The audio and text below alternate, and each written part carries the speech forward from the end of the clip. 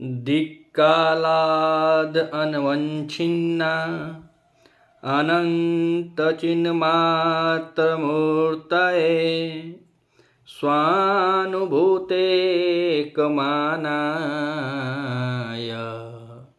नमः शान्ताय तेजसे नमः शान्ताय तेजसे।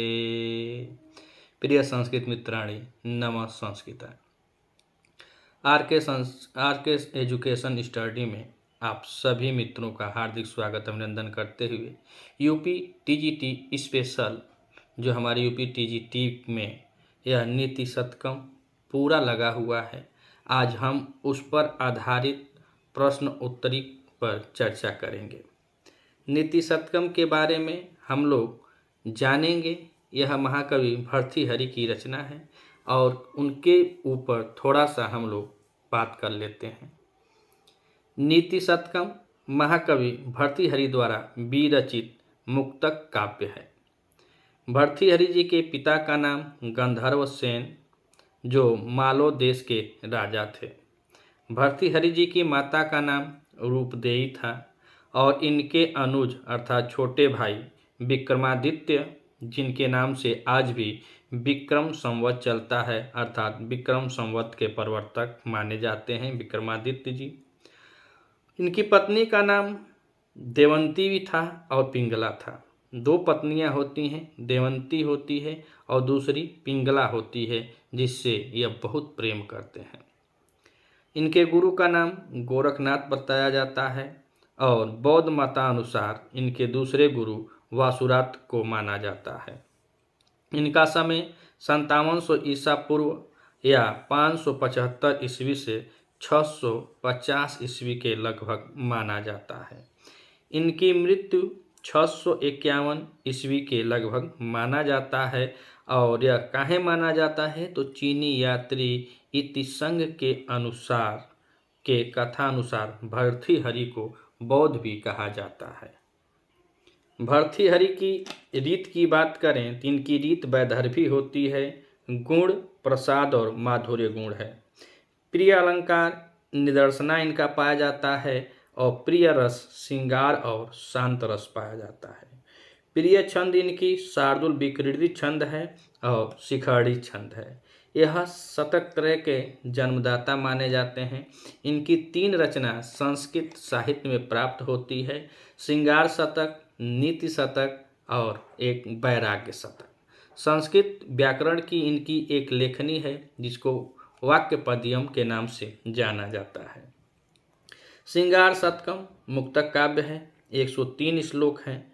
नीति शतकम यह भी मुक्तक काव्य है, 111 श्लोक हैं और वैराग्य शतकम यह भी मुक्तक काव्य है, 111 श्लोक हैं। और वाक्य पद्यम जो है यह इनका व्याकरण ग्रंथ है। नीति की बात करें तो नी प्लस कित्तिन अर्थात नीति में कित्तिन प्रत्यय का प्रयोग किया गया है। मुक्तक काव्य के प्रथम कवि भर्तृहरि को ही माना जाता है और भर्तृहरि उपासक थे शैव वेदांतोक्त ब्रह्म के। इन्होंने अपनी राजधानी को धारा नगरी से उज्जैनी में परिवर्तित किया। भर्तृहरि के जीवन के आधार पर एक नाटक भी लिखा गया है जो इनके जीवन को आधार मानकर लिखा कौन है तो हरि हरो उपाध्याय ने, और उस नाटक का नाम है भर्तृहरि निर्वेद। ये इसकी रचना 15वीं शताब्दी में लिखा गया है। यह कुल 5 अंकों में विभक्त है। भर्तृहरि के काव्य की सबसे प्रमुख विशेषता युग दर्शन द्वारा सामाजिक कुरीतियों पर ध्यान आकृष्ट करना है। इनका मंगलाचरण नमस्कारात्मक है, जो मंगलाचरण का हम लोगों ने शुरू में वाचन किया। अनुष्टुप छंद में है और इसमें परम ब्रह्म की स्तुति की गई है।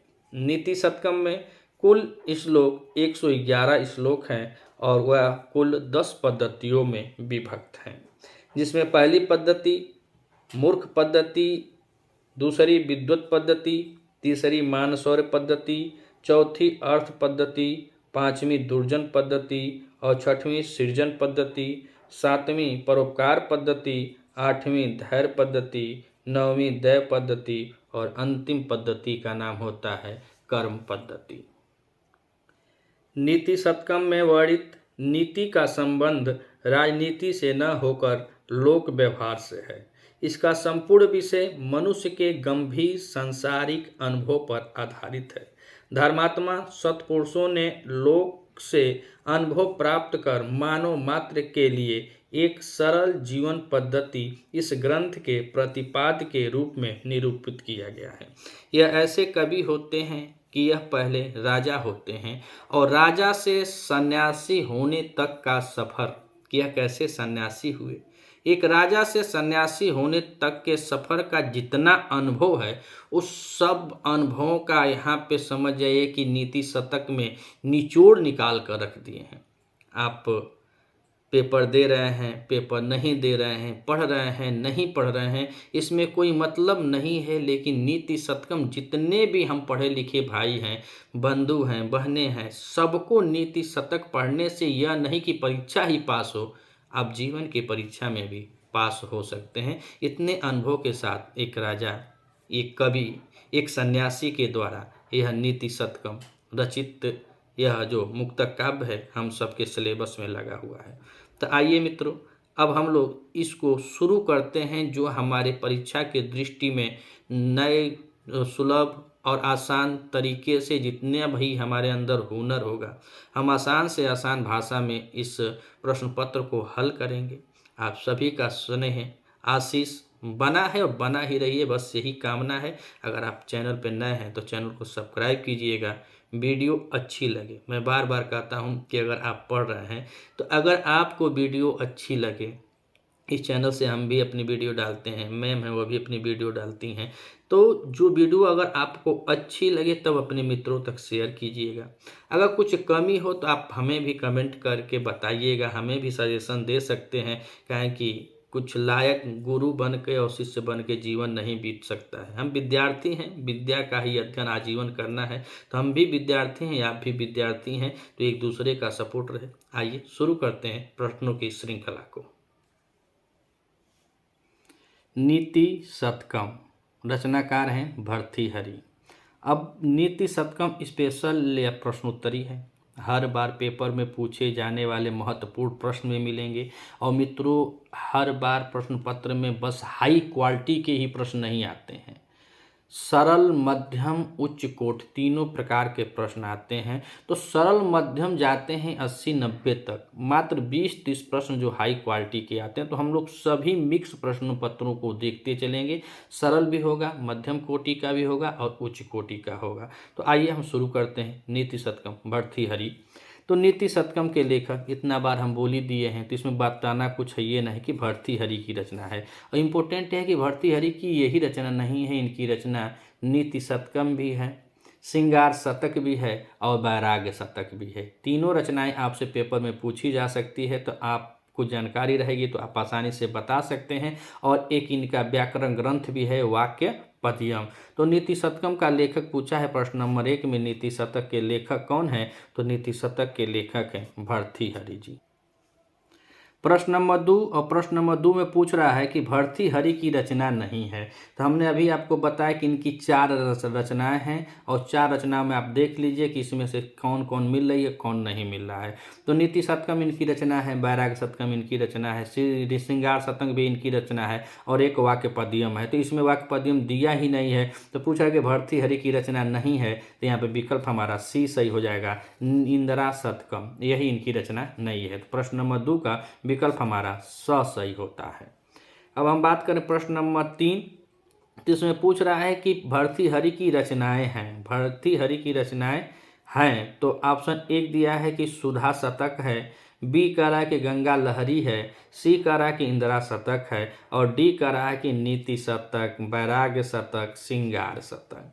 तो भर्तृहरि की रचनाएं ऊपर में नहीं है, सुधा शतक भी नहीं है, गंगा लहरी भी नहीं है, इंदिरा शतक भी नहीं है। इनकी रचनाएं हैं नीति शतक, वैराग्य शतक और श्रृंगार शतक। बताया जाता है कि जब यह श्रृंगार शतक की रचना किए थे उस समय यह राजा जो भर्तृहरि थे वह अपनी पत्नी पिंगला के प्रेम में बहुत प्रभावित थे, बहुत अत्यधिक प्रभावित थे। तो लोग कामना करते हैं कि शायद हो सके उसी समय इन्होंने श्रृंगार शतक की रचना की हो। श्रृंगार शतक श्रृंगार रस प्रधान एक मुक्त काव्य रचना है और इसमें 111 श्लोक हैं। तो 111 103 श्लोक हैं, माफ़ कीजिएगा, इसमें 103 श्लोक हैं। वैराग्य शतक में 111 हैं और नीति शतक में भी 111 हैं। अब हम प्रश्न नंबर 4 को देखें तो प्रश्न नंबर 4 कह रहा है कि भर्तृहरि का स्थित काल माना गया है। ऑप्शन ए कह रहा है कि द्वितीय शताब्दी, बी कह रहा है कि ईसा पूर्व प्रथम शताब्दी, सी कह रहा है कि तृतीय शताब्दी और डी कह रहा है कि दसम शताब्दी। तो हम लोगों ने अभी व्याख्या किया और इनके समय के बारे में बात किया। तो इनके समय को बताया भी जाता है कि 575 ईस्वी से लेकर के 650 ईस्वी के लगभग और 5700 ईसा पूर्व। और यहाँ पूछ रहा है कि शताब्दी 5700 नहीं 57 ईसा पूर्व होगा, 5700 बोल दिए ना, 57 ईसा पूर्व माना जाता है। तो भर्तृहरि का स्थिति काल देखा जाए तो यहाँ पे द्वितीय शताब्दी नहीं होगा, ईसा पूर्व प्रथम शताब्दी नहीं होगा, इनका समय तृतीय शताब्दी माना जाता है। कौन सा? तृतीय शताब्दी। प्रश्न नंबर 4 का विकल्प हमारा सही होता है। अब हम बात करें प्रश्न नंबर 5 और प्रश्न नंबर 5 में कह रहा है कि तप के फल स्वरूप ब्राह्मण ने अमर फल दिया। अब यह कहानी आपको पीछे इंगित कर रहे हैं। अगर आप इस चैनल पर नए हैं तो चैनल को सब्सक्राइब कीजिएगा, वीडियो अच्छी लगे तो वीडियो को लाइक कीजिएगा। इसके अलावा भी हमारा एक चैनल है RK संस्कृत स्टडी, जिसमें भर्तृहरि के जीवन परिचय के बारे में बहुत आसान भाषा में हमने अच्छा वर्णन किया। वो एक वीडियो क्लिप की लगाई गई है, उस पर सब वीडियो है, उस चैनल पर सब वीडियो हैं।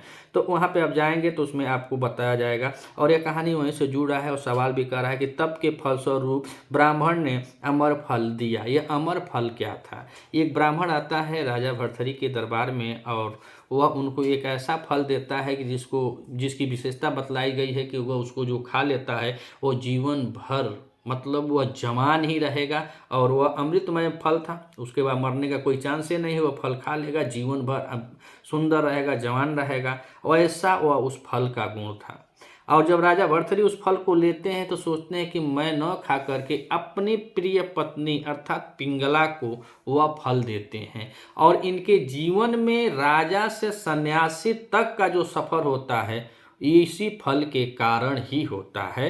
तो प्रश्न नंबर 5 में तप के फल स्वरूप ब्राह्मण ने अमर फल दिया था, तो विष्णु शर्मा को दिया था, नारायण को दिया था, पिंगला को दिया था कि भर्तृहरि को? तो सर्वप्रथम वह फल भर्तृहरि को दिया था। जो ब्राह्मण होता है वह फल भर्तृहरि को देता है, फिर भर्तृहरि अपने न लेकर के अपनी रानी पिंगला को देते हैं। तो यहाँ पे प्रश्न नंबर 5 में विकल्प हमारा सही हो जाएगा। प्रश्न नंबर 6 और प्रश्न नंबर 6 में पूछ रहा है कि महाराज भर्तृहरि की प्रिय रानी थी। ऑप्शन ए कौशल्या थी, बी पिंगला थी, सी इंदुमती थी और डी वासुमती थी। तो आप TGT में पेपर देने जा रहे हैं तो यहाँ पे चारों नाम को आपको जानना जरूरी है। कौशल्या, यह रघुवंश में इसका वर्णन है, महाकवि कालिदास जी की रचना है, महाकाव्य है रघुवंश। और रघुवंश में 31 राजाओं का, इक्ष्वाकु वंशीय 31 राजाओं का वर्णन है। तो यह भगवान रामचंद्र जी की माता का नाम होता है, अर्थात दशरथ की पत्नी का नाम होता है कौशल्या। इंदुमती, इंदुमती से आप लोग सब लोग परिचित होंगे। यह जो अज विलाप आता है तो यह अज की पत्नी इंदुमती होती है, जिसमें रघुवंश में बहुत अच्छे करुरस में ढाल करके महाकवि कालिदास जी ने इसका वर्णन किया है, जिसको अज विलाप भी कहा जाता है।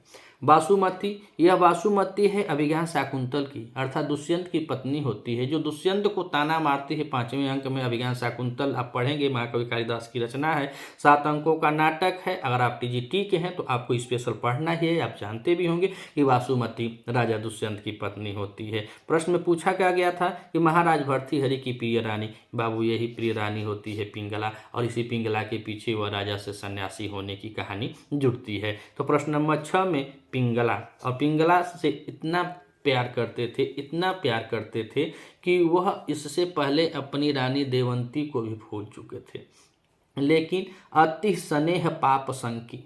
अब यहाँ शाकुंतल में एक सूक्ति है कि अति स्नेह पाप संकी, जिससे ज़्यादा प्रेम होता है वहाँ पर क्या हो जाता, शक पैदा हो जाता है। यह पिंगला राजा भर्तृहरि जैसे आंख मूंद कैसे प्यार कर रहे थे, जितना वह प्यार कर रहे थे उतना यह बेवफाई कर रही थी। यह उसी राज्य के एक सेनापति से इसका अफेयर होता है और यह जो फल राजा पिंगला को देते हैं कि तुम खा पी कर स्वस्थ रहोगी, जवान रहोगी, मस्त रहोगी, तुम्हारे रूप को, तुम्हारे सौंदर्य को देखकर मैं अपनी बुढ़ापा को काट लूंगा, लेकिन ये बाबू यही फलवा जो पिंगला पाती है, यह फल अपने उस प्रेमी को देती है, अर्थात उस सेनापति को देती है कि तुम यह फल खा लोगे, पी लोगे तो हमेशा जीवन भर स्वस्थ रहोगे, सुंदर रहोगे, राजा रहे ना रहे हमारा राज तो चलता ही रहेगा। लेकिन ईश्वर की ऐसी देन, मालिक की ऐसी देन कि वह जो सेनापति होता है वह भी एक वेश्या से प्रेम करता है, और जैसे वह फल पाता है वह सोचता है कि मैं फल को पा करके क्या करूंगा, मैं फल को खा करके क्या करूंगा, जीवन भर राजा की गुलामी करनी पड़ेगी,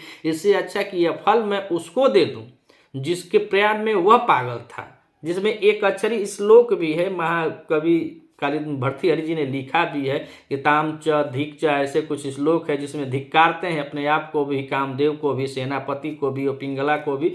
तो यह धिक्कारते हुए एक श्लोक है और उसमें यह करता क्या है कि सेनापति फल दे देता है उसे, किसको, उस वेश्या को, और जब वेश्या फल को पाती है तो वह सोचती है कि इस फल को मैं खाकर क्या करूँगी, जीवन भर यह कुकर्म करना रहेगा, इससे अच्छा यह फल राजा को दे देती हूँ, जो राजा खा लेंगे तो इतने अच्छे प्रतापी राजा हैं, उनका जीवन बना रहेगा तो राज हमारा चलता रहेगा। बस यही गलती होगी, वह वेश्या ले जाकर फल राजा को फिर देती है, और जब राजा को वह फल देती है, राजा जब उस फल को अपने हाथ में देखते हैं तो अचेत हो जाते हैं और गिर जाते हैं। तो महाराज भर्तृहरि की प्रिय पत्नी का नाम पिंगला था। यह नहीं कह रहा हूँ कि पत्नियों को न माने, लेकिन इतना भी न माने कि वर्तमान में देख ही रहे हैं और ड्रम वाली कहानी, अब तो सब ड्रमों से डर रहे हैं कि जिसके घर ड्रम है उसको सब निकाल कर फेंक रहे हैं। तो महाराज भर्तृहरि की प्रिय पत्नी थी पिंगला। प्रश्न नंबर 6 का विकल्प हमारा बी सही होता है। अब हम प्रश्न नंबर 7, तो देखिए प्रश्न नंबर 7 में फिर वही बात को पूछ रहा है कि अमर फल पत्नी को देने के बाद पुनः वापस आया। वही अमर फल जो राजा भर्तृहरि पिंगला को देते हैं, पिंगला सेनापति को देती है, सेनापति उस वेश्या को देता है और वेश्या से घूम करके फिर वह फल राजा के पास जाता है। तो ऑप्शन ए कह रहा है पिंगला के पास आता है, ब कह रहा है कि भर्तृहरि के पास आता है, स कह रहा है विक्रम के पास आता है और ड कह रहा है राजा भोज के पास। तो राजा भोज का इसमें कोई बखाने नहीं, मनुष्य का कोई वर्णने नहीं है। विक्रम जो होते हैं ये महाराज विक्रमादित्य राजा भर्तृहरि के अनुज भाई होते हैं, और पिंगला जो होती है राजा भर्तृहरि की प्रिय पत्नी होती है। चूंकि इनके पास 2 पत्नियां होती हैं, देवंती और पिंगला, लेकिन बहुत प्यार करते थे पिंगला से। अमर फल पत्नी को देने के बाद वह फल वापस कहाँ आता है, तो भर्तृहरि के पास आता है। जब भर्तृहरि के पास आता है तब भी तो फलवा देकर मूर्छित हो जाते हैं कि फल तो अपनी रानी को दिए थे और यह फल यहाँ कैसे आ गया। जब इसकी जांच होती है, जिस राजा जो मंत्री होते हैं उन मंत्रियों के द्वारा जब वह जांच कराते हैं तब यह शायद निकलते हैं बैराग के तरफ। आइए अपने प्रश्नों को देखते हैं। प्रश्न नंबर 7, और प्रश्न नंबर 7 में विकल्प हमारा ब सही होता है। अब हम देखें प्रश्न नंबर 8, तो प्रश्न नंबर 8 में कह रहा है कि सांसारिकता से विरक्त होकर भर्तृहरि ने धारण किया। जब उनका प्यार में धोखा खा बड़े बड़े लोग का से का कर देला, जैसे दशरथ माझी की पत्नी, जब प्यार इतना था और जैसे ही पत्नी को चोट लगा, पत्नी की मृत्यु हुआ, पत्थर तोड़ दिया, उसी तरह यह भी प्यार में धोखा खाए, और जब प्यार में धोखा खाए तो निकले कहाँ, वही प्रश्न पूछ रहा है कि सांसारिकता से विरक्त होकर भर्तृहरि ने धारण किया, का योग धारण किया, समाधि धारण किया, वानप्रस्थ धारण किया कि बैराग धारण किया। तो जब यह वहाँ से धोखा खाते हैं तो धोखा खाने के बाद स्नेह प्रेम से विरक्त हो जाता है इनका हृदय, तब वह बैराग धारण करते हैं। क्या करते हैं, बैराग को धारण करते हैं, लेते हैं अपनी झोली कमठी और कमंडल उठाते हैं और बैराग्य को चल देते हैं। बताया जाता है लोकोक्तियों के माध्यम से कि गुरु गोरखनाथ इनके गुरु थे, और गुरु गोरखनाथ के जैसे यह भी बहुत रमणीय, अगर आप हमारे पूर्वांचल के होंगे, हम यूपी के पूर्वांचल से वीडियो शूट करते हैं, यूपी के पूर्वांचल में इनका बहुत अच्छे ढंग से नाटक भी आज भी मंचों पर कराया जाता है, और बहुत अच्छे से हमारी मातृभाषा भोजपुरी है और भोजपुरी में गा गा कर भी बताया जाता है। तो सांसारिकता से विरक्त होकर के भर्तृहरि ने धारण किया। प्रश्न नंबर 8 का विकल्प हमारा डी सही होता है।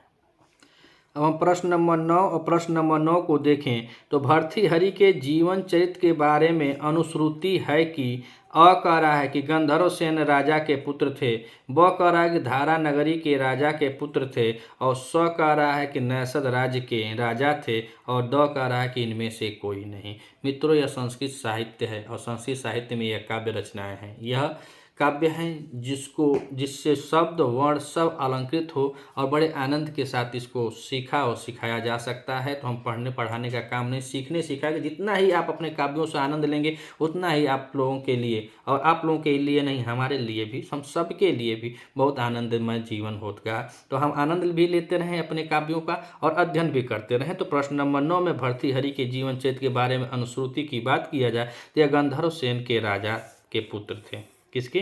राजा गंधर्व सेन के पुत्र थे। प्रश्न नंबर 9 में विकल्प हमारा असही होता है। अब हम बात करें प्रश्न नंबर 10। प्रश्न नंबर 10 में कह रहा है कि तपस्वी जीवन व्यतीत करते हुए भर्तृहरि की भेंट हुई। किससे भेंट हुई? तो ऑप्शन ए कह रहा है कि जोगी गोरखनाथ से, ब कह रहा है कि जोगी सत्येंद्रनाथ से, स कह रहा है गोस्वामी तुलसीदास से, और द कह रहा है किसी जोगी से नहीं। तो इसमें से हम देखें तो विकल्प हमारा जोगी सत्येंद्रनाथ से नहीं होती है, गोस्वामी तुलसीदास से भी नहीं होती है। इनका जीवन व्यतीत, तपस्वी जीवन व्यतीत करते हुए इनका जो भेंट होता है यह जोगी गोरखनाथ से होता है। गोरखनाथ का मठ है, आज भी हमारे गोरखपुर जिला में उनका मंदिर है, बाबा गोरखनाथ का। और उसी मंदिर के पीठासीन अधिकारी वर्तमान के हमारे यूपी के माननीय मुख्यमंत्री श्री आदित्यनाथ जी हैं।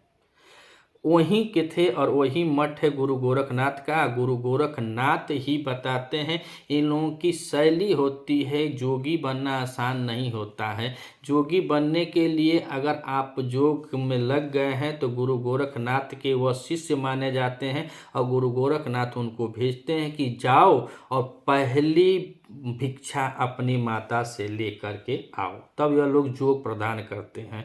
जोगी जब बाबा आदित्यनाथ जी भी हुए तो यह भी अपनी माता से गए थे भिक्षा मांगने उत्तराखंड। उसी प्रकार से भर्तृहरि की जब भेंट होती है जोगी आदित्यनाथ से तो वह भी भिक्षा मांगने जाते हैं अपने यहाँ, अपने राज दरबार में, और वहीं जा कर के यह भिक्षा मांग कर लाते हैं तो योग सिद्ध होता है। तो तपस्वी जीवन व्यतीत करते हुए भर्तृहरि की भेंट किससे हुई? तो जोगी गोरखनाथ से। प्रश्न नंबर 10 का विकल्प हमारा असही होता है।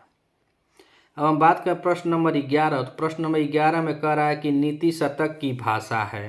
अ कठिन है, बी अलंकार प्रधान है, सी कह रहा है कि अति सरल है, सुबोध एवं साधारण जनों के व्यवहार में आने वाली भाषा है, और डी कह रहा है अति गंभीर है। तो अति गंभीर नहीं है, अति गंभीर इसकी भाषा नहीं है। आप इसको पढ़ेंगे, इसको समझेंगे तो जितना अंदर तक इसको पढ़ते जाएंगे उतना आप अति सरल और सुबोध और साधारण ढंग से इसको आप पाएंगे। कठिन भी नहीं है, अलंकार प्रधान है नहीं, यह अति सरल, सुबोध एवं साधारण जनों के व्यवहार में आने वाली भाषा है।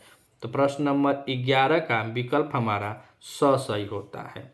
अब हम बात करें प्रश्न नंबर 12। तो प्रश्न नंबर 12 में कह रहा है कि थोड़े से ज्ञान से स्वयं को पंडित मानने वाले मनुष्य को नहीं समझा जा सकता है। जो थोड़े से ज्ञान से स्वयं को पंडित मानने वाले मनुष्य को नहीं समझा जा सकता, तो क्या नहीं समझा जा सकता है वही पूछ रहा है।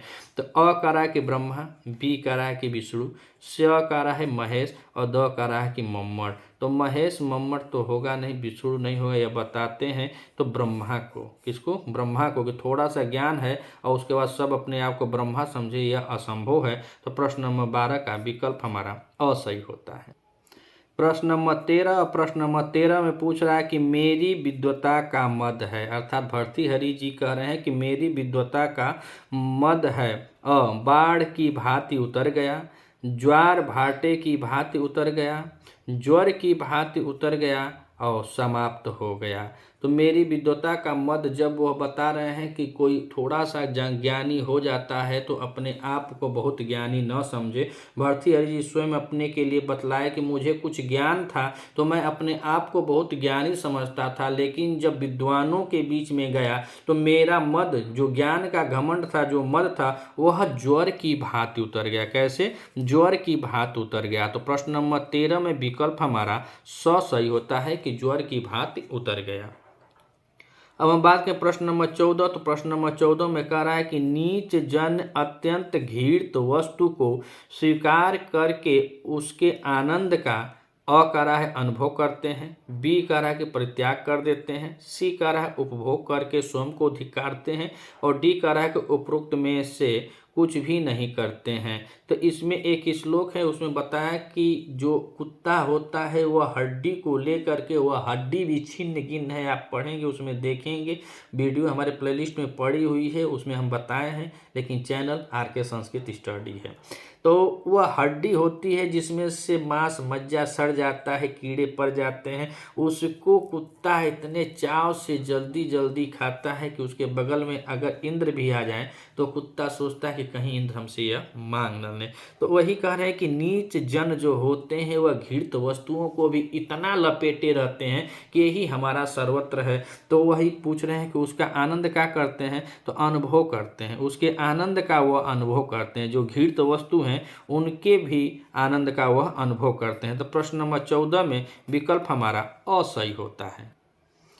अब हम बात करें प्रश्न नंबर 15। प्रश्न नंबर 15 में कह रहा है कि नीति शतक का संपूर्ण विषय मनुष्य के गंभीर सांसारिक अनुभव पर आधारित है, बी कह रहा है विज्ञान पर आधारित है, सी कह रहा है कि आध्यात्मिक संचेतना पर आधारित है, और डी कह रहा है व्यवहार शून्यता पर आधारित है।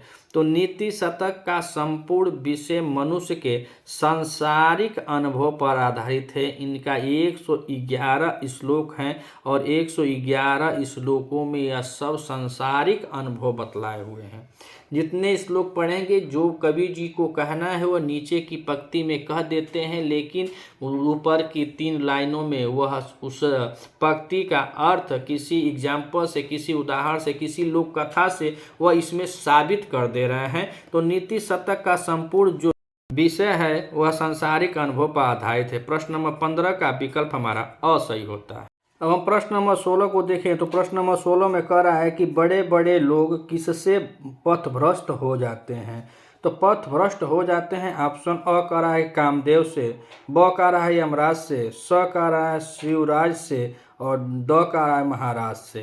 तो यहाँ पे नीति शतकम में कवि जी बतलाए हैं कि बहुत लोग जो होते हैं उनका पथ भ्रष्ट कर देता है कौन? कामदेव। जो कामदेव होते हैं वह बहुत बड़े बड़े लोगों के पथ को भ्रष्ट कर देते हैं, और इन्होंने धिक्कारा भी है कामदेव को, खुद को भी, अपनी जो प्रेमिका होती है अर्थात जो उनकी पत्नी है पिंगला, उसको भी धिक्कारते हैं। तो प्रश्न नंबर 16 में विकल्प हमारा असही होता है कि कामदेव से बड़े बड़े लोग का पथ भ्रष्ट हो जाता है। अब कामदेव जी पथ भ्रष्ट कर देते हैं, जैसे मान लीजिए कि विश्वामित्र थे और मेनका आई थी, तो वहाँ भी इन लोगों का बाण चल जाता है, इनका बाण भी वह पुष्पों का बाण होता है। प्रश्न नंबर 17 में कह रहे हैं कि इस संसार में किसके लिए औषधि नहीं है? अ ब्रह्मा के लिए, ब ज्ञानी के लिए, स मूर्खों के लिए, और द कह रहे हैं सज्जनों के लिए। तो यह मूर्ख पद्धति के तहत आता है। मूर्ख पद्धति में इन्होंने बताया कि संसार में सबके लिए औषधि है, सबका इलाज है, लेकिन जो मूर्ख हैं उनके लिए कोई इलाज नहीं है, कोई औषधि नहीं है। तो प्रश्न नंबर 17 विकल्प हमारा सही होता है। प्रश्न नंबर 19 और प्रश्न नंबर 18। प्रश्न नंबर 18 कह रहा है कि दुर्जन भी किसकी संगति में सुधर जाते हैं? ऑप्शन अ मूर्ख के, ब सज्जन के, स विद्वान के, और द कह रहा है कि धनवान के। तो जो मूर्ख होते हैं उनका अगर संगत सज्जन से हो जाए तो वह भी सुधर जाते हैं। सज्जन संगत क्या नहीं करती है, श्लोक में आया है कि सज्जन जो संगत होती है वह बहुत कुछ काम करती है। तो वहीं से यह पूछा गया है कि प्रश्न नंबर 18 में कि दुर्जन भी किसकी संगति से सुधर जाते हैं? तो सज्जन की संगति से सुधर जाते हैं। प्रश्न नंबर 19 में कह रहा है कि कमल को खिलाने वाला कौन है? कमल को कौन खिलाता है? तो ऑप्शन अ कह रहा है चंद्रमा, ब कह रहा है जुगनू, स कह रहा है सूर्य और द कह रहा है तारागढ़। तो तारागढ़ कहाँ है? तारागढ़ में स्वयं का प्रकाश होता है तो हमेशा जगमगाते रहते हैं। चंद्रमा रात्रि में होता है तो कुमुदनियों को खिलाता है, जुगनू से कुछ नहीं खिलता है। चंद्रमा से कुमुदनियाँ खिलती हैं, औषधियों का यह स्वामी माना जाता है, लेकिन कमल को खिलाने वाला सूर्य होता है। जो सूर्य होता है, सूर्य के प्रकाश में ही कमल खिलता है। तो प्रश्न नंबर 19 का विकल्प हमारा स सही होता है। प्रश्न नंबर 20 और प्रश्न नंबर 20 में पूछ रहा है कि अकारण बैर करने वाले कौन होते हैं। तो अकारण बैर कौन कहता है? महात्मा जन यह अकारण बैर नहीं करते हैं, विद्वान लोग यह भी नहीं करते हैं, धनवान काहे करेंगे। प्रश्न नंबर 20 में द सही होगा। दुर्जन जो होते हैं, दुर्जन कोट के हों, चाहे किसी भी जाति वर्ग धर्म से नहीं मतलब है। हर जाति धर्म में हर चीज़ में कुछ कोटि ऐसी होती है जो दुर्जन कोट के लोग होते हैं, चाहे वह किसी भी परिवार से, किसी भी समाज से, किसी भी धर्म से बिलोंग करते हों, लेकिन उनका दुष्टपना जाता नहीं है, वह अकारण ही बैर करते चलते हैं। तो कह रहे हैं कि अकारण बैर करने वाले दुर्जन कोटि के लोग होते हैं। तो प्रश्न नंबर 20 का विकल्प हमारा द सही होता है। अब हम बात करें प्रश्न नंबर 21। तो प्रश्न नंबर 21 में कह रहा है कि सुख दुख में समान अवस्था में रहते हैं। सुख दुख में समान अवस्था में कौन रहते हैं? तो अ कह रहा है पशु पंछी, बी कह रहा है कि मित्र और सी कह रहा है कि भार्या और द कह रहा है कि सेवक। तो पशु पंछी नहीं रहते हैं, भार्या माने पत्नी भी नहीं रहती और सेवक भी नहीं रहते हैं। इस दुनिया में आँख खोलते ही जब आप माँ के गर्भ से आते हैं और माँ के आंचल में जब आँख खोलते हैं तो दुनिया का सर्वत्र रिश्ता हर किसी को प्राप्त हो जाता है। लेकिन मित्र और मित्र का ऐसा रिश्ता है जो जीवन पर्यंत स्वयं आदमी खुद कमाता है और खुद का वह होता है, न तो ब्लड का रिलेटिव होता है, न कोई रिलेटिव होता है। वह स्वयं आदमी अपने कर्म गुण वचन से मित्र को बनाता है। यहाँ पे पूछ भी रहा है कि सुख दुख में समान अवस्था में रहते हैं, तो अच्छा मित्र जो होगा वह हमेशा सदैव समान अवस्था में रहेगा। सुख में पड़े चाहे दुख पड़े, सुख में यह नहीं कहेगा कि हमको बहुत कुछ दे दो, ये कर दो, दुख में यह भी नहीं कहेगा कि हम तुम्हें छोड़कर चले जाएंगे। तो सुख दुख में समान अवस्था में जो रहते हैं वह मित्र रहता है। अगर मित्रवत भावना रखी जाए तो लोग कहते हैं कि अपनी पत्नियों को मित्रता भावना से देखा जाना चाहिए, लेकिन पत्नियां भी कोई रिश्ता नहीं है जितना मित्र का रिश्ता सबसे बड़ा होता है। तो सुख दुख के समान अवस्था में रहते हैं कौन? मित्र। प्रश्न नंबर 21 विकल्प बी सही। प्रश्न नंबर 22 और प्रश्न नंबर 22 में पूछ रहा है कि इस संसार में लाभ क्या है? अ गूढ़ी संगम, बी दुर्जन संगम, सी निबुद्धि संगम और डी कह रहा है कि बंधु संगम। तो इन संसार में लाभ जो है वह गूढ़ी संगम, अर्थात जो गुणवान व्यक्ति होते हैं उनकी संगत में आप रहेंगे तो सदैव आपका विकास निरंतर होता रहेगा। तो प्रश्न नंबर 22 में इस संसार में जो लाभ है वह संगत से है, और संगत कैसी होनी चाहिए? गूढ़ी संगम होनी चाहिए। प्रश्न नंबर 23 में पूछ रहा है कि भगवान श्री कृष्ण भी अपने युग के उच्च कोटि के राजनीतिज्ञ थे, क्योंकि वे धार्मिक थे या धर्म और कूटनीति का आश्रय लेते थे। सी कह रहा है कूटनीति का आश्रय लेते थे और द कह रहा है कि राजनीति में निपुण थे। तो भगवान श्री कृष्ण भी अपने युग के जो उच्च कोटि के राजनीतिज्ञ थे तो वह धर्म और कूटनीति का आश्रय लेते थे। प्रश्न नंबर 23 का विकल्प हमारा ब सही होता है। अब हम बात करें प्रश्न नंबर 24। तो प्रश्न नंबर 24 कह रहा है कि परोपकारियों का स्वभाव हुआ करता है। और कह रहा है कि वे अति नम्र हुआ करते हैं। ब कह रहा है पर संपत्ति की इच्छा, गलत। स्वार्थ में लगे रहते हैं, गलत। ईर्ष्यालु हुआ करते हैं, गलत। वे अति नम्र हुआ करते हैं। जो परोपकारी लोग होते हैं वो पूछने नहीं है कि हमको परोपकार करना चाहिए कि नहीं करना चाहिए, बेचारे वो अपने कर्म में लग जाते हैं। परोपकार की भावना उनके अंदर जन्मजात सिद्ध होता है, वो अपना करते हैं। तो प्रश्न नंबर 24 में विकल्प हमारा असही होता है।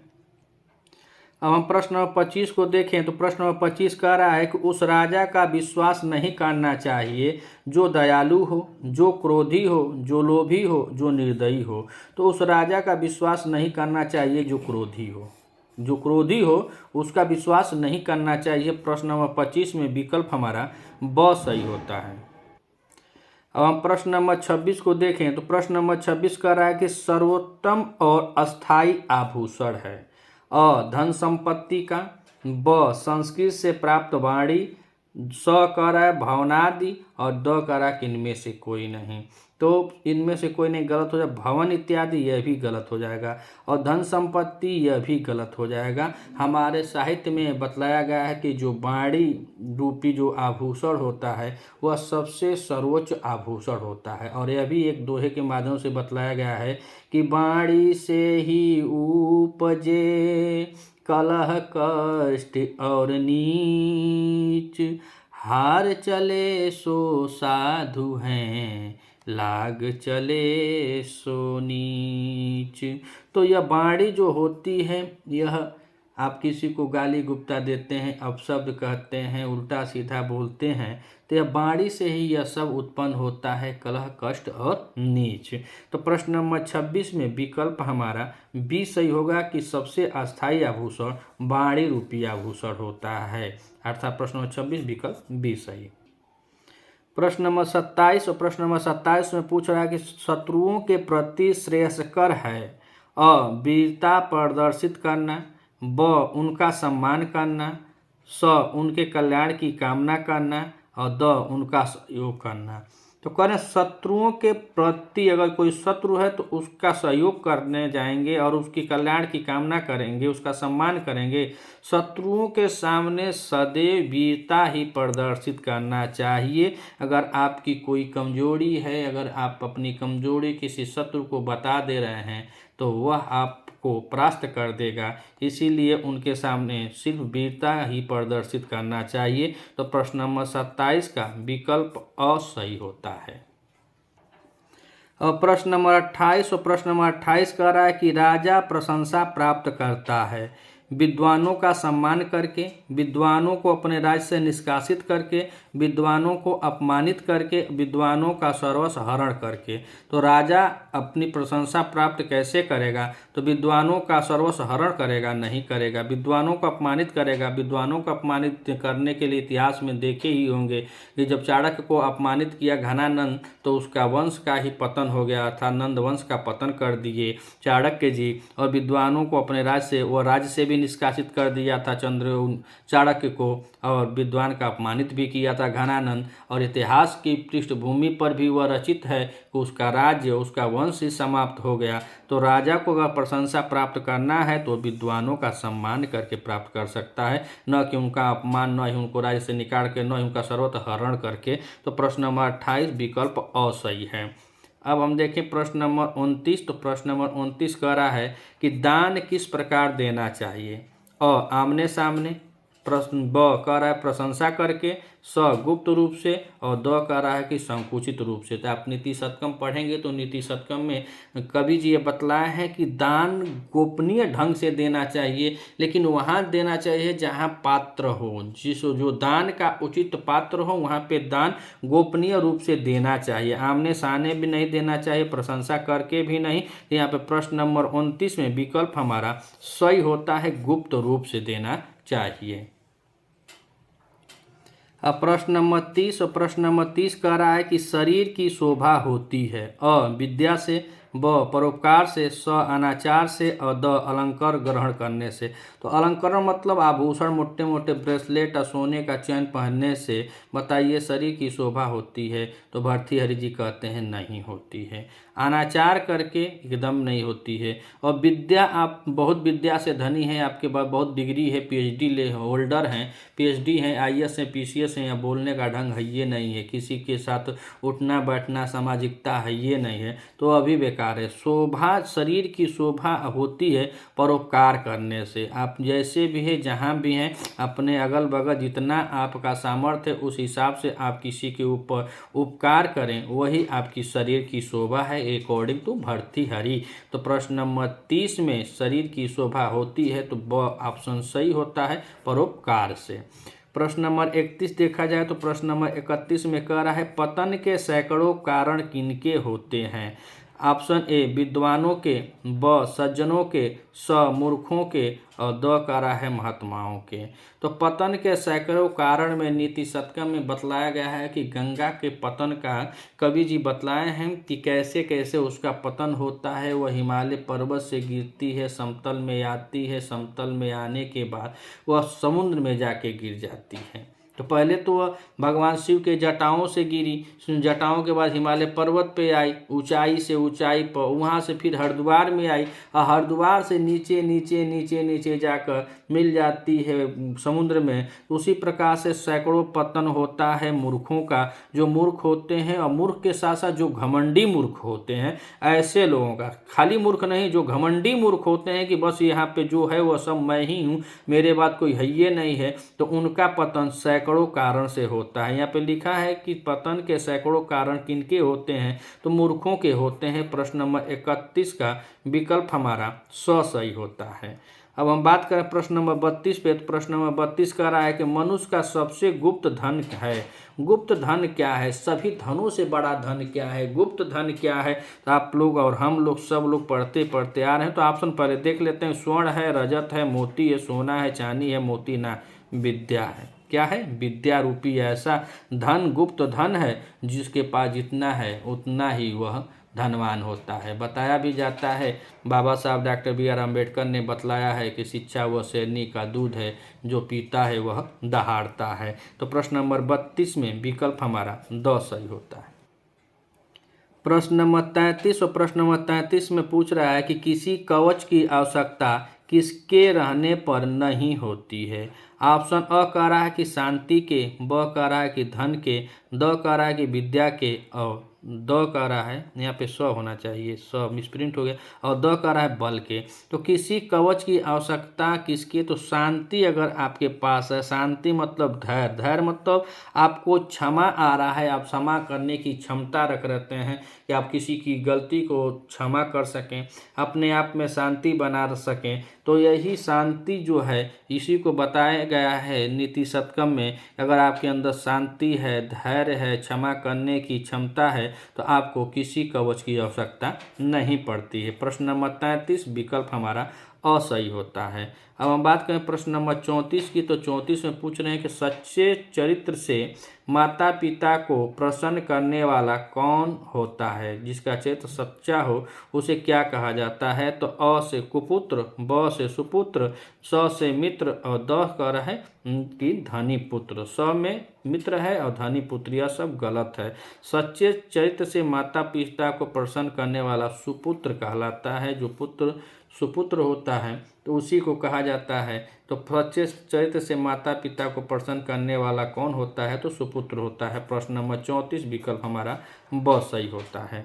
अब हम बात करें प्रश्न नंबर 35 की, तो प्रश्न नंबर 35 कह रहा है कि अपने लक्ष्य को प्राप्त किए बिना विराम नहीं लेते हैं। कौन नहीं लेता है, तो अ कह रहे हैं सज्जन, बी कह रहा है दुर्जन, स कह रहा है कुमित्र और द कह रहा है कि असज्जन। तो असज्जन और दुर्जन ये तो दोनों बातें के हो गई। कुमित्र और सज्जन, तो कुमित्र ना, सज्जन जो होते हैं, जो सज्जन कोटि के होते हैं, तो नीति शतक में कवि जी बतलाए हुए हैं कि मध्यम कोटि के लोग होते हैं, नीच कोटि के होते हैं, उच्च कोटि के होते हैं।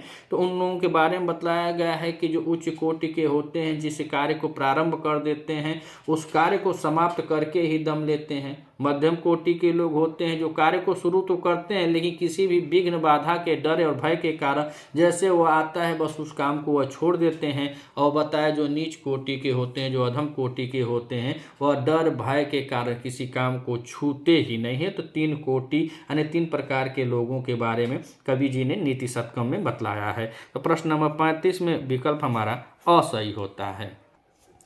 अब हम प्रश्न नंबर 36 को देखें, तो प्रश्न नंबर 36 कह रहा है कि सज्जन की तुलना की गई है। अ कह रहा है काक से, ब कह रहा है सिंह से, स कह रहा है गीदड़ से और बी कह रहा है बिल्ली से। तो बिल्ली, गीदड़ और कौवे से नहीं, सज्जन की तुलना सिंह से की गई है। प्रश्न नंबर 36 विकल्प हमारा ब सही होता है। अब हम बात करें प्रश्न नंबर 37।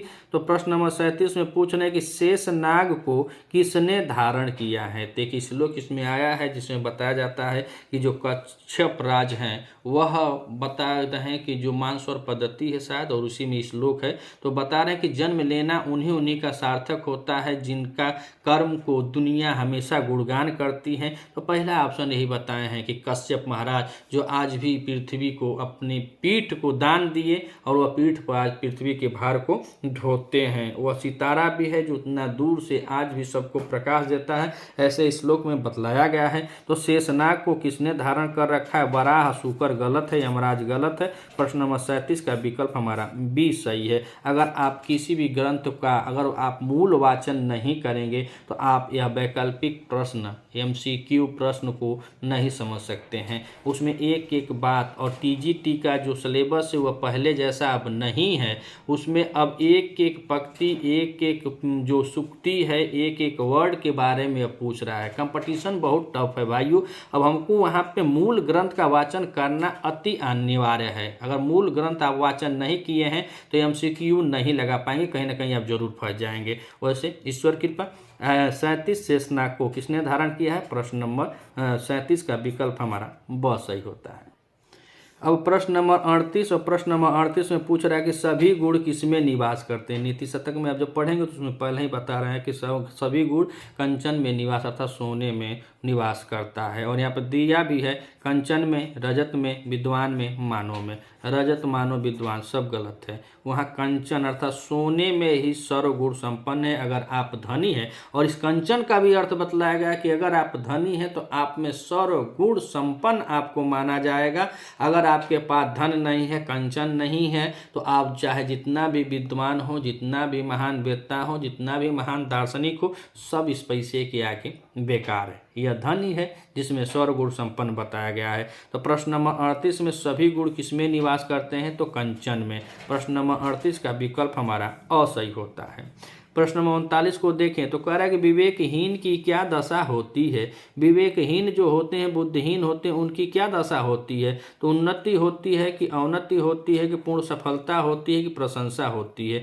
जो विवेकहीन है उनकी प्रशंसा कोई नहीं करता। पूर्ण सफलता कहाँ होगी। जो पढ़े लिखे लोग 5-5 साल से डट रहे हैं, 10-10 साल से लोग लगे हुए तैयारी में, और अब 1-2 दिन बचा है, 4 दिन बचा है, तो 4 दिन में कोई आकर तीर नहीं मार देगा। तो विवेकहीन जो होते हैं वह सोचते हैं कि तुरंत हम कर ही लेंगे। जैसे मान लीजिए TGT का पेपर ही क्वालिफाई करना है तो कुछ लोग ऐसे होंगे जो सोच रहे हैं कि अबे हम 1 महीना में सब एकदम नाप ही देंगे, और इसी को क्वालिफाई करने के लिए हमारी बहुत सी बहनें होंगी, बहुत भाई होंगे जो पिछले कई साल से लगे होंगे, महीनों की बात छोड़े कई सालों से लगे होंगे। तो यही बात इसमें भी है कि विवेकहीन की क्या दशा होती है। तो अवनति होती है। क्या होती है। अवनत। प्रश्न नंबर 39 विकल्प हमारा ब सही होता है।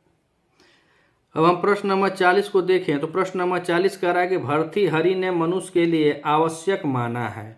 जो मनुष्य होता है उसके लिए क्या आवश्यक होता है। तो कह रहे हैं कि साहित्य, कला और संगीत, अर्थात ये तीनों होते हैं। जिसके अंदर विद्या नहीं है वह नर पशु तमाम है। तो कवि जी ने ही लिखा है, नीति शतक में ही लिखा है कि इसके पास विद्या नहीं है, हुनर नहीं है, कला नहीं है, संगीत नहीं है, वह पशु नर जो होता है वह पशु के तमाम होता है। तो प्रश्न में पूछ रहा है कि भर्तृहरि ने मनुष्य के लिए आवश्यक माना है। तो द विकल्प हमारा सही हो जाएगा। यह तीनों आवश्यक है। प्रश्न नंबर 40 विकल्प हमारा द सही है।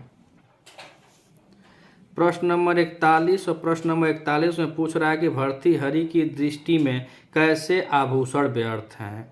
तो बताया है आभूषण के बारे में। तो आभूषण तो बता ही रहे हैं कि बाणी रूपी आभूषण भर्तृहरि के दृष्टि में सबसे उत्तम है, और उन्हीं के दृष्टि में नहीं सबके लिए आभूषण, चाहे माटी का है, चाहे सोने का, चाहे चांदी का, चाहे हीरा मोती का, सब वाणी रूपी आभूषण के आगे सब व्यर्थ हैं। तो प्रश्न नंबर 41 में कहा भर्तृहरि के दृष्टि से कैसे आभूषण व्यर्थ हैं। तो सब व्यर्थ हैं। द हो जाएगा। माटी, सोना, चांदी, हीरो रह तब वो व्यर्थ हो जाए।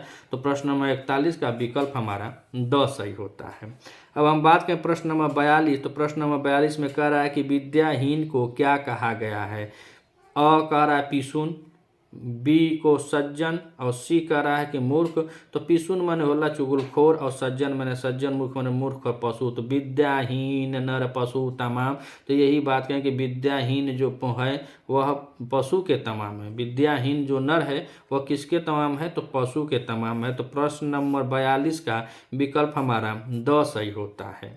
अब हम बात करें प्रश्न नंबर 43। तो प्रश्न नंबर 43 कह रहा है कि चोर किसे नहीं चुरा सकता है? तो प्रश्न नंबर 43 में चोर किसे नहीं चुरा सकता है? तो सोना तो चोर चुरा लेगा, चांदी भी चुरा लेगा, कार भी चुरा लेगा। विद्या रूपी ऐसा धन है जिसे चोर भी नहीं चुरा सकता है, भाई भी नहीं बंटवा सकता है, राजा भी अपने अधीन में नहीं कर सकता है। विद्या धन ही सबसे सर्वोच्च धन होता है। तो प्रश्न नंबर 43 का विकल्प हमारा द सही होता है। प्रश्न नंबर 44 और प्रश्न नंबर 44 कह रहा है कि सज्जन कैसा होता है? अ कह रहा है ऊंचे वृक्ष के समान होता है, ब कह रहा है ऊंचे पर्वत के समान होता है, स कह रहा है फूल के गुच्छे के समान होता है और द कह रहा है कि राजा के समान होता है। तो जो सज्जन कोटि के व्यक्ति होते हैं वह राजा के समान नहीं होते हैं, ऊंचे पर्वत भी नहीं होते हैं और ऊंचे वृक्ष के समान भी नहीं होते हैं। सज्जन कोटि के लोग फूल के गुच्छों के समान होते हैं जिसमें छोटे बड़े सब पुष्प होते हैं, कई वैरायटी के पुष्प होते हैं, कहीं चमेली होता है तो कहीं गुड़हल होता है, कहीं गुलाब होता है, तो सबका मिश्रण होते हैं, सबके प्रति स्नेह प्रेम उनका होता है। इसीलिए पूरे सज्जन कैसा होता है? तो सज्जन फूलों के गुच्छे के समान होता है। प्रश्न नंबर 44 में विकल्प हमारा स सही होता है। अब प्रश्न नंबर 45 कह रहा है कि धन की गतियां मानी गई हैं। तो धन की गतियां कितनी मानी गई हैं? तो अ कह रहा है 2, ब कह रहा है कि 3, स कह रहा है कि 4 और द कह रहा है कि 6। तो हम नीति शतकम में पढ़ेंगे तो नीति शतकम में दिया है कि धन की 3 गतियां होती हैं। कितनी होती हैं? 3 गति बताई गई हैं। तो प्रश्न नंबर 45 में विकल्प हमारा ब सही होता है।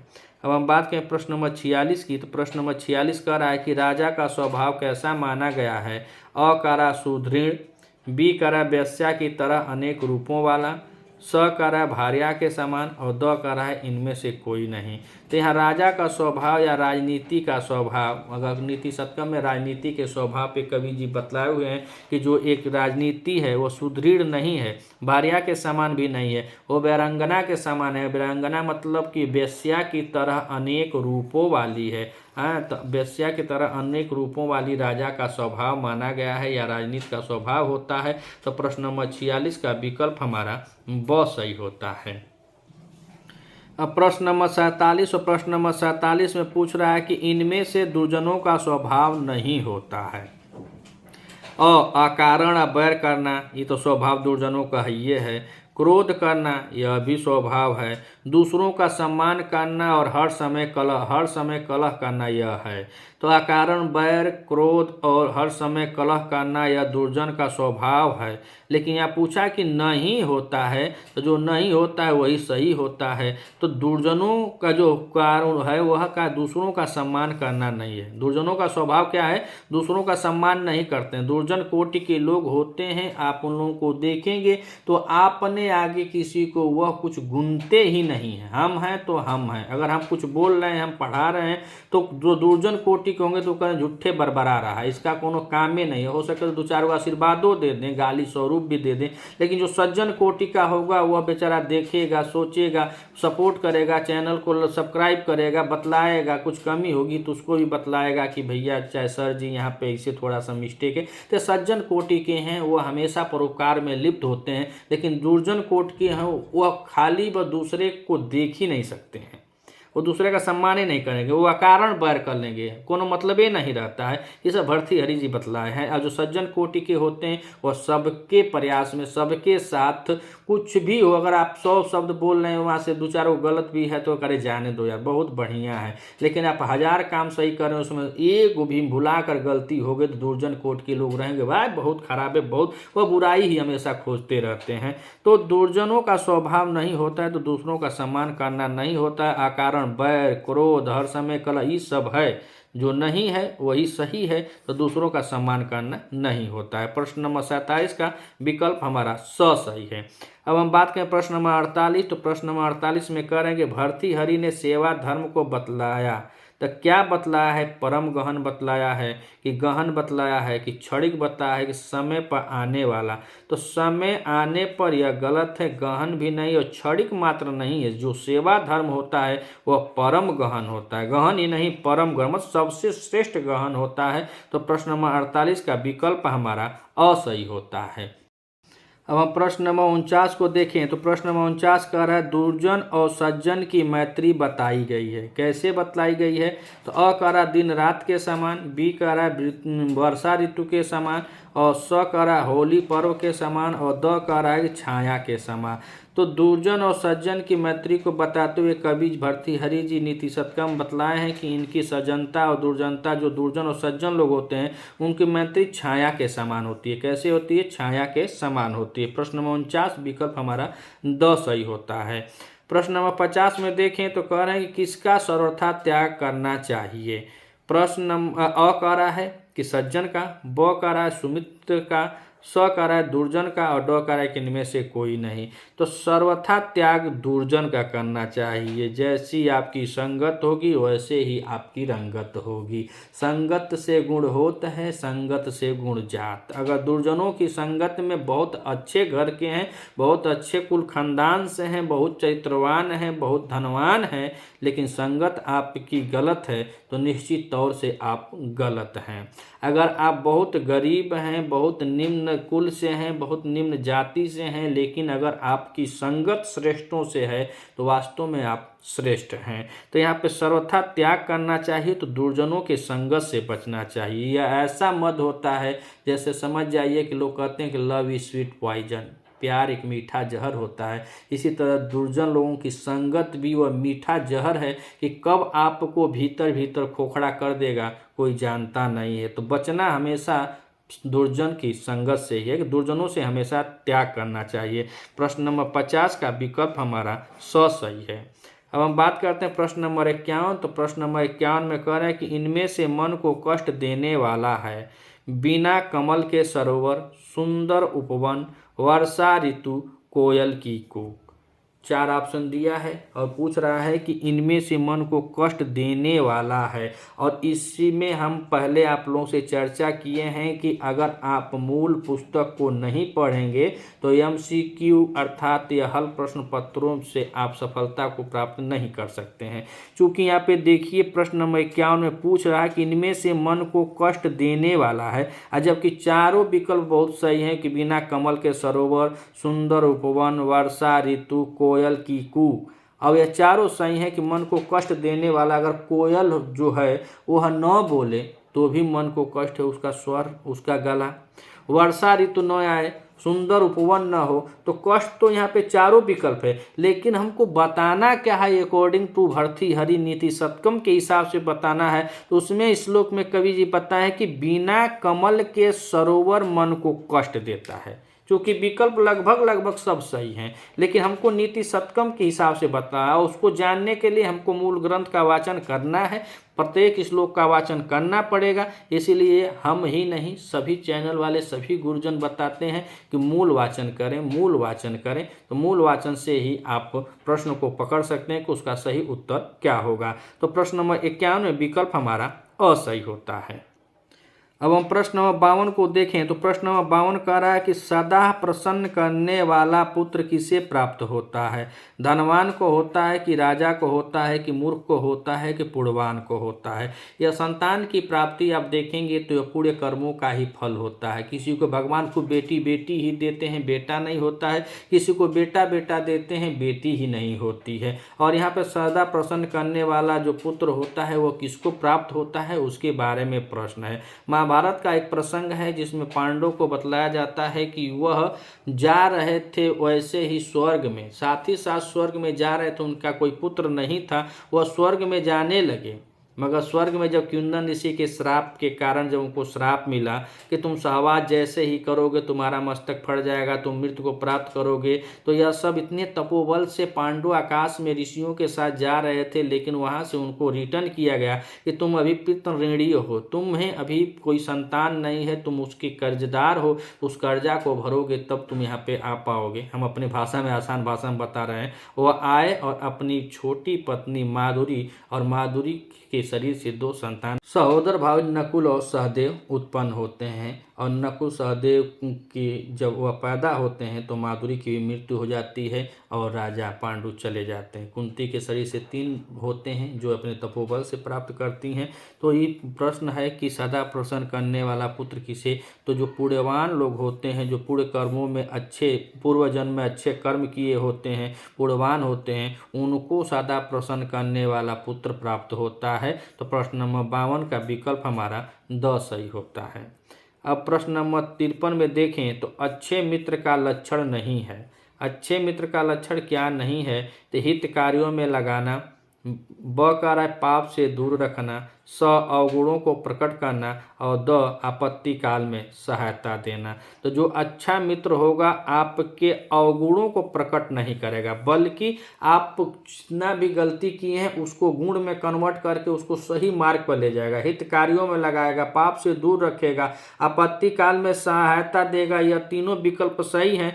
स जो है यही गलत है कि वह आपके अवगुणों को प्रकट नहीं करेगा कि हाँ अरे तुम यह किया। बहुत ऐसे मित्र होते हैं बस उनके नज़र में मित्रता का जो खाली मित्र शब्द उनके साथ जुटा होता है, काम तो दुश्मनों वाला करते हैं। जितना भी आपकी गलती होगी उसको सही बैठ करके चट्टी पे चौराहे पर 4 गो मित्र आए उनके बीच में अरे तुम्हारा यह काम यह काम यह काम। लेकिन जो अच्छा मित्र होता है वह हमेशा आपकी अच्छाई को बताता है, यह नहीं कि आपकी बुराइयों को प्रकट करता है। तो प्रश्न नंबर 53 में विकल्प हमारा स सही होता है। अब हम प्रश्न नंबर 54 को देखें तो विद्या धन सर्वत्र क्या प्रदान करता है? तो सर्वत्र सम्मान प्रदान करता है कि धन प्रदान करता है कि सुख प्रदान करता है कि भार्या प्रदान करता है? तो प्रश्न नंबर 54 कह रहा है जो विद्या धन है वो सर्वत्र सम्मान ही प्रदान करता है। कहीं आप जाइएगा, राजा अपने राज्य में पूजा जाता है लेकिन विद्वान सर्वत्र पूजा जाता है, यह आप सब लोग विदित हैं। तो जो विद्या धन होता है वह सब जगह सम्मान को प्रदान करता है। धन सुख और भार्या तो बस घर में, भार्या माने पत्नी, बस घर में समाज में परिवार में सम्मान दे सकती है। धन है तो धन अपने तक ही निहित रहेगा और सुख का वहाँ प्रदान करेगा। जितना सम्मान जो पैदा करता है वह विद्या धन जो है वह सर्वत्र सम्मान पैदा करता है, ना सर्वत्र सम्मान को प्राप्त करवाता है। प्रश्न नंबर 54 का विकल्प असही है। अब हम बात करें प्रश्न नंबर 55। प्रश्न नंबर 55 कह रहा है कि राजा की प्रशंसा कब होती है? जब वह विद्वानों का सम्मान करके, अत्याचार करके, प्रजा पर बल, नहीं सब गलत है, प्रजा को दुख देकर नहीं, उनका प्रशंसा तब होती है जब वो विद्वानों का सम्मान करके। तो राजा की प्रशंसा कब होती है? तो विद्वानों का सम्मान के। प्रश्न नंबर 55 विकल्प असही है। अब हम बात करें प्रश्न नंबर 56 की। प्रश्न नंबर 56 में कह रहा है गुरुजनों के प्रति कैसा होना चाहिए? तो क्षमाशील होना चाहिए कि विनम्र होना चाहिए कि उदंड होना चाहिए कि अहंकारी होना चाहिए?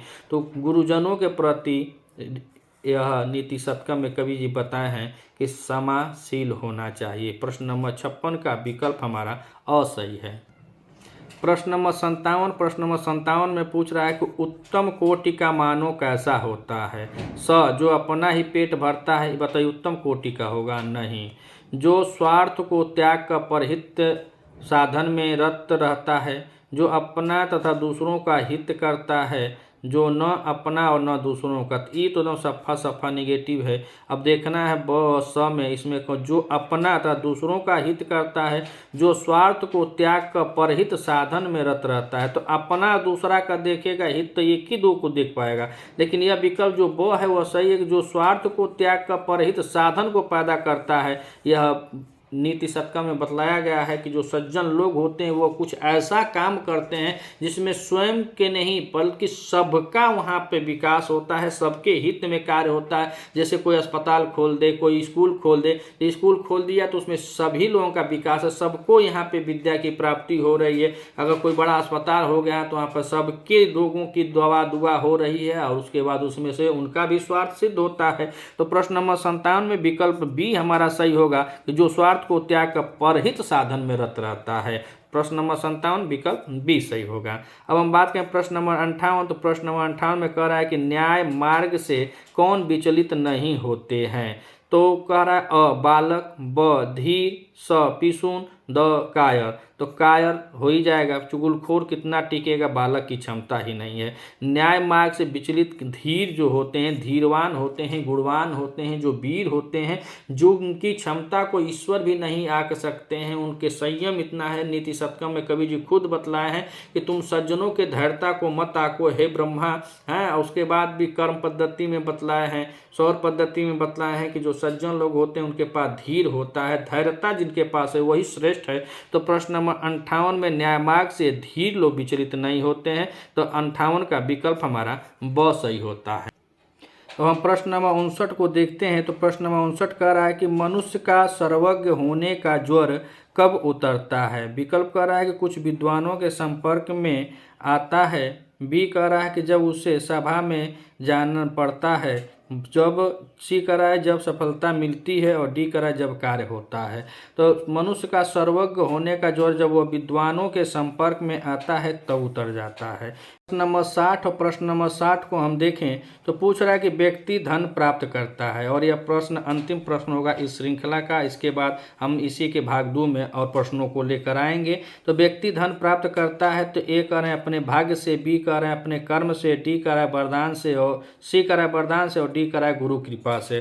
तो इसको हम देखें तो गुरु कृपा से नहीं करता है, वरदान से भी नहीं करता है। भर्तृहरि जी स्वयं बतलाते हैं कि जिसको जितना धन मिलना है पहले ही विधना एलियटवा में लिख दिए हैं। चाहे आप जा करके सुमेरु पर्वत में रहें, चाहे समुद्र में रहें, आपको जितना प्राप्त होना है उतना ही प्राप्त होता है। और नीचे एग्जाम्पल डाले थे कि जैसे घड़ा है, चाहे वह समुद्र में उसको डाला जाए, चाहे कुएं में डाला जाए, वह उतना ही पानी निकालता है। तो प्रश्न नंबर 35 में व्यक्ति धन की प्राप्त अपने भाग्य से करता है। ऑप्शन नंबर ए सही हो जाता है। अगर आप इस चैनल पर नए हैं तो चैनल को सब्सक्राइब कीजिएगा। वीडियो आपको अच्छी लगे तो मित्रों तक शेयर कीजिएगा। हमारे कुछ मित्र कह रहे हैं कि आप 100-125 प्रश्नों की श्रृंखला UPTGT का लेकर आइए। तो मित्रों आप चिंता न करें, 2-4-10 दिन बाद जरूर 100 का 125 प्रश्नों का हम लोग श्रृंखला लेकर आएंगे। महामैराथन के तहत आपकी तैयारी में एक कदम हम बार बार करते हैं कि एक कदम हमारा भी उतना हम सहयोग करते हैं। इसके पार्ट 2 में मिलते हैं अगले दिन। तब तक के लिए लेते हैं विदा। नमः संस्कृताय।